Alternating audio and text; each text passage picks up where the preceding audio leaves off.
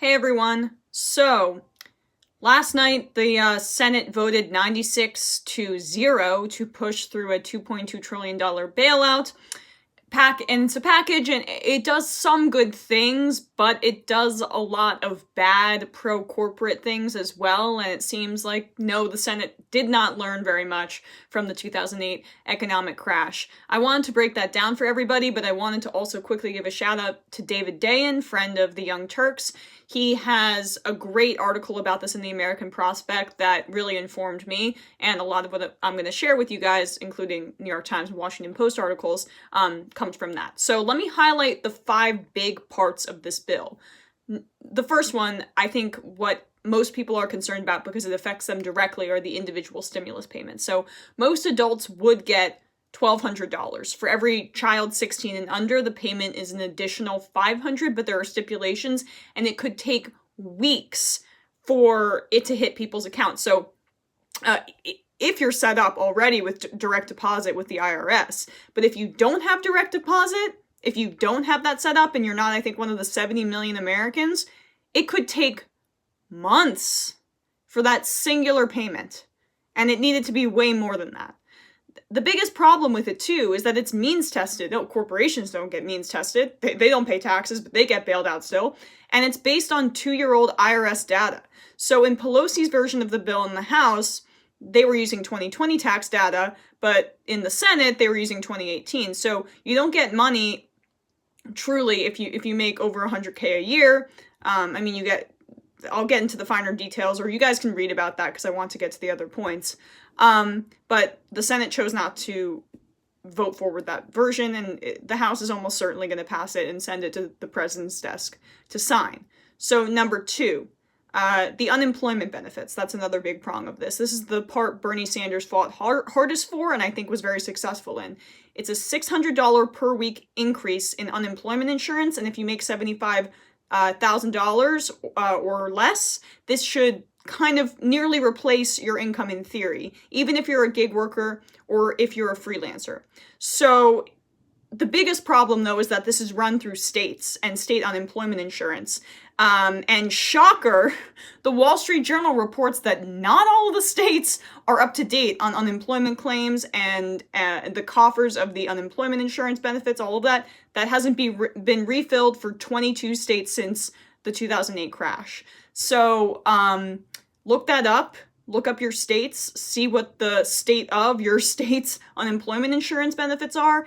And if you live in a state that hasn't replenished since 2008, that's a huge problem. I mean, Bernie Sanders fought to make sure that these benefits were still in the bill, but it doesn't mean that the mechanisms by which the unemployment is given out are arcane and archaic and bad. So that's part of the problem. One other good part of the bill, hospitals. They're getting an $100 billion boost. Look, I would have given hospitals even more money, but that's at least a good thing because, God, our hospital workers, doctors, nurses, they need it. They need it. I'm praying for, I don't believe in God, but I'm praying for them. So, thinking of them. 4, state governments. They get a measly $150 billion. Not nearly enough. I'm from New York, right? Right now I'm in Jersey with my family because I don't want to be in the city. It's terrifying.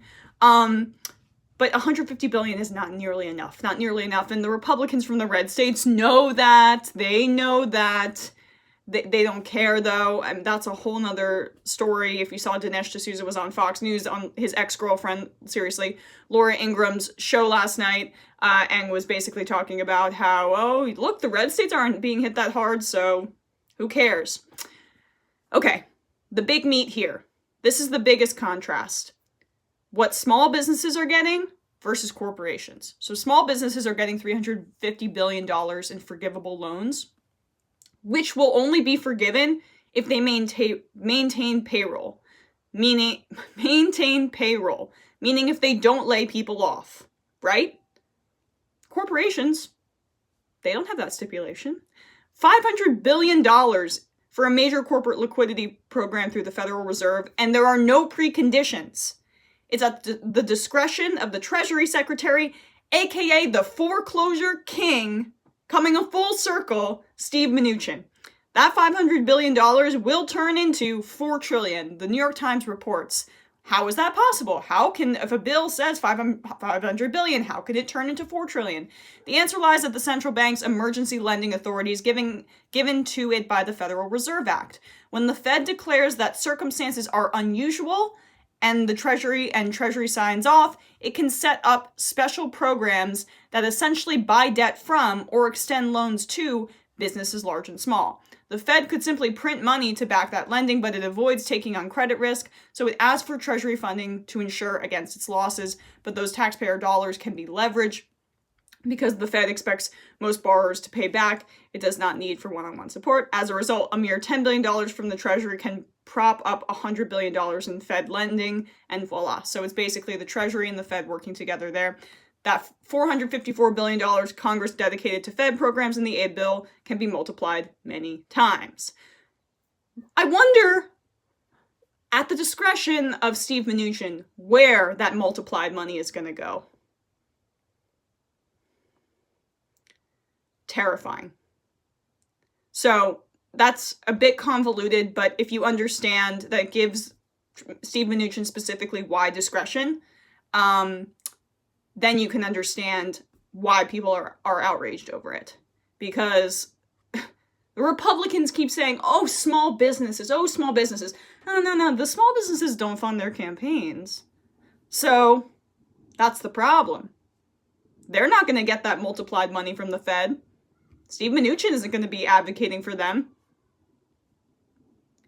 All right, guys. Wanted to break that down for you. I hope that was clear. Comment below if you have any questions. Talk to each other. And read, because I know everyone's cooped up. And above all, stay safe. Thanks, guys.